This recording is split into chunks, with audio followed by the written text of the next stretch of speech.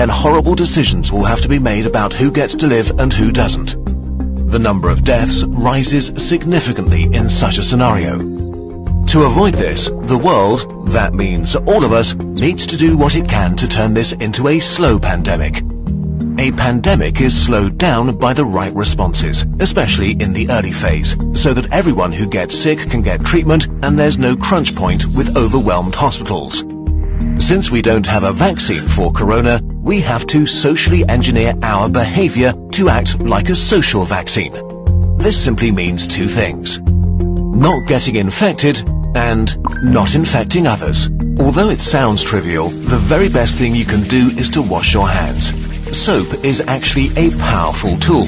The coronavirus is encased in what is basically a layer of fat. Soap breaks that fat apart and leaves it unable to infect you.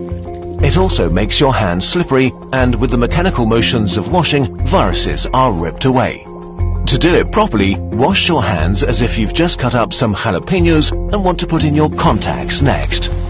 The next thing is social distancing, which is not a nice experience, but a nice thing to do. This means no hugging, no handshakes. If you can stay at home to protect those who need to be out for society to function, from doctors to cashiers or police officers. You depend on all of them. They all depend on you to not get sick. On a larger level, there are quarantines, which can mean different things, from travel restrictions or actual orders to stay at home. Quarantines are not great to experience and certainly not popular, but they buy us, and especially the researchers working on medication and vaccination, crucial time. So if you are put under quarantine, you should understand why and respect it.